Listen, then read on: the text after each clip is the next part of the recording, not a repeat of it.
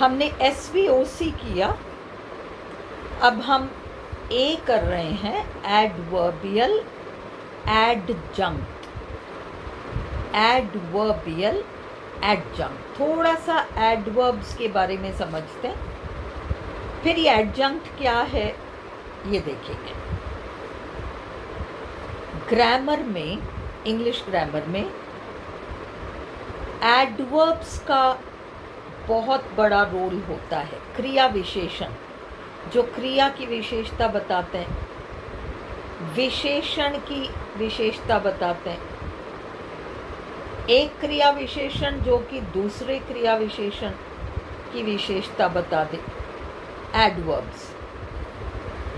Grammar में adverbs का बहुत बड़ा रोल होता है, परंतु स्पोका और वर्ब पैटर्न्स के पर्पस से हम एडवर्ब्स का एक समरी देखेंगे। पूरा पूरा नहीं समझना है, जितना समझना ज़रूरी है।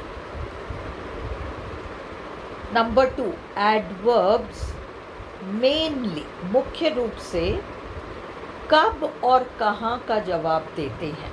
आई टीच हियर, हियर जवाब देता है कि मैं कहाँ पढ़ाती हूँ, हियर एडवर्ब हो गया। नाउ, देन, अब, तब, आज, कल, पिछले साल, अगले साल, 6 महीने पहले, सुबह, शाम, in the morning, at dawn इत्यादि कब का जवाब देते हैं। नंबर 3, हियर, देयर, यहाँ, वहाँ, ऊपर, नीचे, बाहर, बगीचे में, रसोई में। Here, there, upstairs, downstairs, in, out, in the room, in the garden, on the table, on the roof इत्यादि कहाँ का जवाब देते हैं। 4, एडवर्ब्स क्रिया के बारे में कुछ बताते हैं कि कार्य कैसे हुआ, किस प्रकार संपन्न हुआ।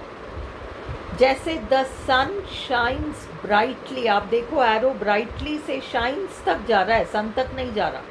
कैसे चमकता है सूरज, तेज, ब्राइटली। शी सैंग वेल, कैसे गाया, वेल। तो कैसे गाया, गाने की क्रिया, गाना नहीं, गाने का तरीका, क्रिया। वेल, सैंग के बारे में बता रहा है, वर्ब के बारे में बता रहा है, एडवर्ब है। इसके अलावा मोटे मोटे आप समझो very, too, quite, always, often, never इत्यादि एडवर्ब्स होते हैं। 6th पॉइंट, एडवर्ब्स और एडवर्बियल्स में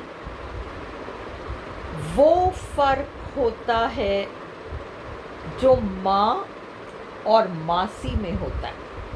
मासी माँ नहीं होती, पर वो माँ जैसी होती है, माँ जैसा काम करती है। मासी माँ तो नहीं होती, परंतु माँ जैसी होती है। उसी तरह एडवर्बियल्स शुद्ध एडवर्ब्स तो नहीं होते, परंतु वे एडवर्ब्स की तरह काम करते हैं। अक्सर ये प्रेपोजिशनल फ्रेजेस होते हैं, जिसमें एक प्रेपोजिशन हो, इन, ऑन, एट वगैरह, और उसके पीछे संज्ञा हो, उसे हम प्रेपोजिशनल फ्रेज कहते हैं। और प्रेपोजिशनल फ्रेज अक्सर कब और कहाँ का जवाब देते हैं। तो एडवर्बियल्स शुद्ध रूप से एडवर्ब्स तो नहीं होते, नाउ, देन, हियर, देयर की तरह नहीं होते, पर इन the morning, in the afternoon, on the roof, in the room, ये एडवर्बियल्स। आप एडवर्बियल को एडवर्ब कह दो, एडवर्ब को एडवर्बियल कह दो, कोई फर्क नहीं पड़ने वाला। 7वां, प्रेपोजिशनल फ्रेज का मतलब is equal to preposition plus noun या प्रेपोजिशन प्लस नाउन फ्रेज और उस नाउन फ्रेज को प्रेपोजिशनल ऑब्जेक्ट कहते हैं। प्रेपोजिशनल फ्रेज कैसे बनता है? एक प्रेपोजिशन और उसके बाद संज्ञा जिसको प्रेपोजिशनल ऑब्जेक्ट कहा जाता है। तो इन द गार्डन में इन तो प्रेपोजिशन है, द गार्डन नाउन फ्रेज है जो प्रेपोजिशनल ऑब्जेक्ट कहलाएगा। On the roof on preposition है, द रूफ आपका द रूफ जो है वो आपका प्रेपोजिशनल ऑब्जेक्ट हो जाता है, नाउन फ्रेज है। In the garden, on the roof, in the kitchen, at dawn, at dusk, PO का मतलब prepositional object. On the hill, near the post office, on the table, at the station इत्यादि। ये सब prepositional phrases हैं। इन्हें adverbials भी कहा जाता है क्योंकि एडवर्ब्स की ही तरह ये कब और कहाँ का जवाब देते हैं। 8वां, किसी भी सेंटेंस में एस प्लस वी के बाद एस प्लस वी, उसके बाद तीसरी जगह यदि एडवर्ब आए तो हम उसे एडवर्ब कॉम्प्लीमेंट कहते हैं, और चौथी जगह एडवर्ब आए तो हम उसे एडवर्ब एडजंक्ट कहते हैं। चौथी जगह वही एडवर्ब एडजंक्ट कहलाएगा और तीसरी जगह एडवर्ब आने पर वो एडवर्ब कॉम्प्लीमेंट कहलाएगा। किसी भी सेंटेंस में एस प्लस वी के बाद तीसरी जगह पर यदि कोई एडवर्ब या एडवर्बियल आए तो उसे एडवर्ब कॉम्प्लीमेंट कहते हैं। जैसे father is upstairs, father subject है, इज वर्ब लिंक है, अपस्टेयर्स आपका एडवर्ब कॉम्प्लीमेंट है क्योंकि तीसरी जगह आ रहा है। यदि किसी सेंटेंस में एडवर्ब या एडवर्बियल चौथी जगह पर आए तो उसे एडवर्बियल एडजंक्ट कहते हैं। अब देखो, mother cooks in the kitchen, mother subject पहली जगह, कुक्स वर्ब दूसरी जगह, इन द किचन एडवर्बियल तीसरी जगह, तो adverbial complement.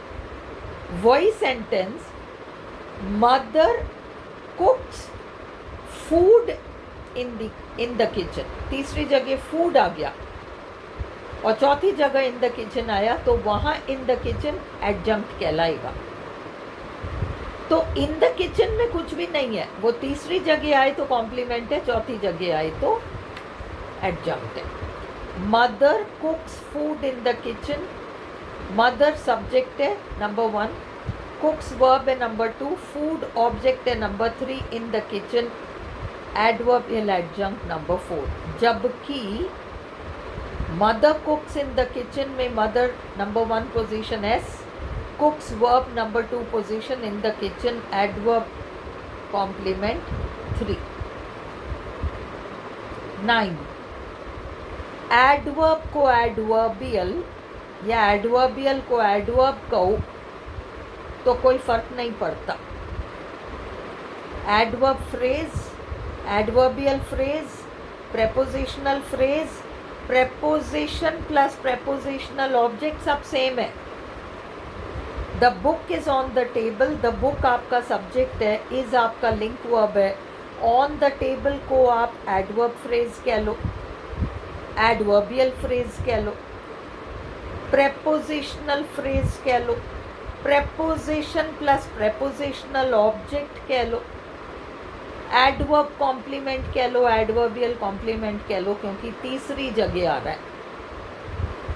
Adverb complements is equal to third place, adverb adjuncts is equal to fourth place. अब एक सेंटेंस देखो. आई सब्जेक्ट पहला position, kept verb, the book object तीसरा पोजीशन, ऑन द टेबल चौथा position. इसमें ऑन द टेबल आपका adverbial adjunct कहलाएगा.